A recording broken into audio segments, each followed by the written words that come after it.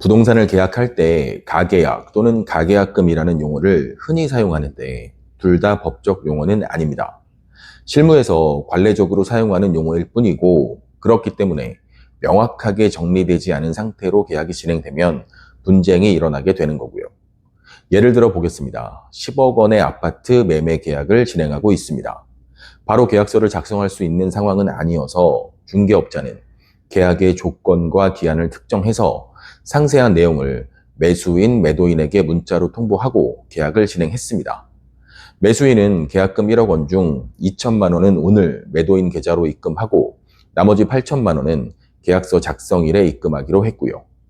자, 이런 상황에서 매수인과 매도인은 계약을 해지하려면 어떻게 해야 할까요? 매수인은 지급된 2천만 원만 포기하면 계약을 해지할 수 있을까요?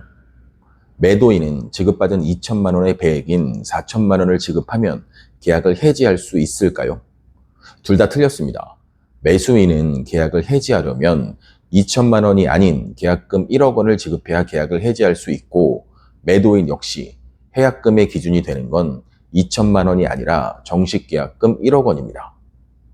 중개업자분들 중에서도 이거 착각하시는 분들이 정말 많은데 매수인, 매도인 사이에서 오고 간 2천만 원이 해약금의 기준이 되려면 가계약금 지급 시 2천만 원만 해약금의 기준이 된다는 걸 명확히 했어야 합니다. 실제로 저는 이런 일이 발생되는 걸 예방하기 위해서 문자 맨 마지막에 반드시 지급된 금액만을 해약금의 기준으로 한다. 이렇게 명시하고 있고요. 그리고 참고로 해약금의 기준을 별도로 정하는 것도 가능합니다. 예를 들면 계약금은 1억 원이지만 해약금의 기준은 5천만 원으로 한다. 이런 식으로 얼마든지 정할 수도 있습니다.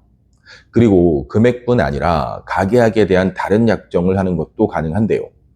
예를 들면 가계약금을 입금했지만 정식 계약을 할 건지는 3일 후까지 알려주기로 한다. 또는 전세계약을 진행하면서 전세자금 대출이 나오지 않는 경우 계약을 해지할 수 있다. 이런 식으로 말이죠. 하지만 실무에서는 거의 벌어지지 않는 일입니다. 언제 변수가 생길지 모르는 계약을 매도인, 임대인이 승낙하기는 쉽지 않으니까요.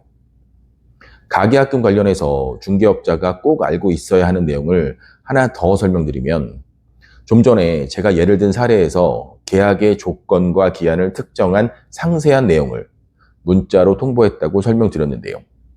왜냐하면 계약이 성립되기 위한 전제 조건이기 때문입니다. 가끔 계약서를 작성하지 않았기 때문에 가계약은 인정되지 않는다. 이렇게 주장하는 분들도 계시는데 명확하게 말씀드립니다. 계약서를 작성하는 요식행위는 계약의 성립 조건이 아닙니다. 가계약 관련 분쟁은 실무에서 가장 많이 벌어지는 분쟁 중 하나입니다. 중개업자분들은 특히 더 조심하셔야 하는데 분쟁이 벌어진다면 중개업자의 귀책 사유로 인해 문제가 벌어지는 경우가 많기 때문입니다. 쉽게 얘기해서 가계약이니까 일단 진행하고 계약할 때 정확히 설명하면 되겠지 라는 생각으로 진행했다가 모든 책임을 중개업자가 져야 하는 경우도 있습니다.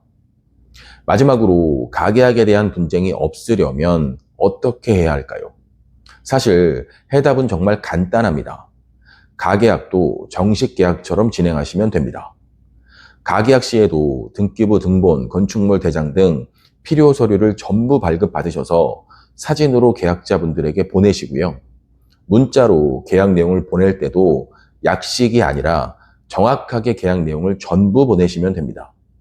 그리고 서명은 추후에 하더라도 계약서를 미리 작성해서 사진으로 보내는 방법도 있고요.